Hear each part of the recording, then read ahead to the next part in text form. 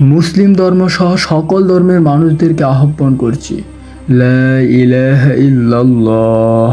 এই অসীম শক্তিশালী কালিমা, এটা কোথা থেকে আসছে, কি অর্থ বহন করছে, তা গভীরভাবে আয়ত্ত করুন।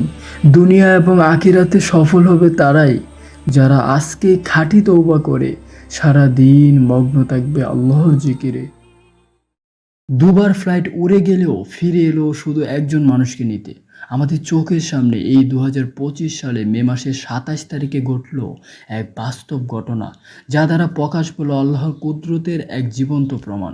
এই ঘটনা 2025 সালে মে মাসের শেষ সপ্তাহ। বিভিন্ন সংবাদ সূত্র অনুযায়ী মে মাসের 27 তারিখে এই ঘটনা প্রকাশিত হয়। লিবিয়ার একজন যুবক আমের আল মাহাদি মনসুর আল গাদ্দাফি হজ করার জন্য প্রস্তুত হন। হজে যাওয়ার উদ্দেশ্যে তিনি পৌঁছান সেভা আন্তর্জাতিক বিমানবন্দরে। কিন্তু সমস্যা শুরু হয় তার নাম নিয়ে, আল গাদ্দাফি।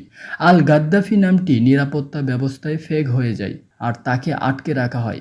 তাকে কোনোভাবেই ফ্লাইটে উঠতে দেওয়া হচ্ছিল না, তাকে নিষেধ করা হয়েছিল। আর প্রথম ফ্লাইটটি উড়ে যায় তাকে না নিয়েই। কিন্তু আমের সত্যিকারে হজ পালনের নিয়ত করেছিল, পরিপূর্ণ প্রস্তুতি ছিল তার। আল্লাহর উপর পূর্ণ আস্থা রেখে সেই মুহূর্তে আমের বলেছিলেন, আমি এখান থেকে সরব না যতক্ষণ না হজে যাচ্ছি। তাই তখনই দেখা দেয় আল্লাহর কুদরত। কিছুক্ষণ পর অদ্ভুতভাবে ফ্লাইটটিতে যান্ত্রিক সমস্যা দেখা দেয় এবং সেই ফ্লাইটটি ফিরে আসে।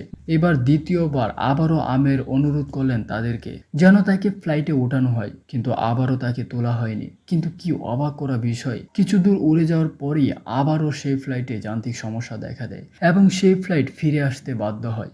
এরপর পাইলট নিজেই ঘোষণা দিলেন, আল্লাহর কসম, আমি আমির ছাড়া আর উড়ব না। এরপরই আমিরকে ফ্লাইটে ওঠানো হয় আর তৃতীয়বার সেই ফ্লাইট সফলভাবে যাত্রা শুরু করে।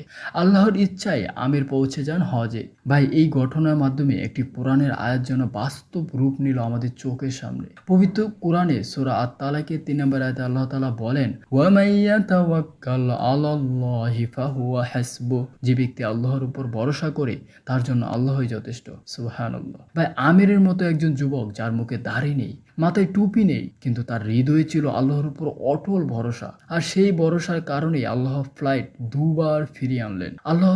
ফ্লাইট ফিরিয়ে আনলেন শুধু তার জন্য। এটাই প্রমাণ করে আল্লাহ মুখের দিকে নন, থাকান অন্তরের দিকে, থাকান তার তাকওয়ার দিকে। যে সত্যিকারে চায় আল্লাহ তার পথ খুলে দেন। ভাই, এখনো দেরি হয়নি, আসুন আমরা সবাই আল্লাহর দিকে ফিরে যাই। তওবার দরজা এখনো খোলা আছে। আসুন আমরা খাঁটি তওবা করি। বলুন, ইয়া আল্লাহ, আমি বদলাতে চাই, আমি আপনাকে চাই। আল্লাহ আমাদের সকলকে ঈমান ও হেদায়েতের আলোয় আলোকিত করুক। আমরা সকলেই বলি আমিন।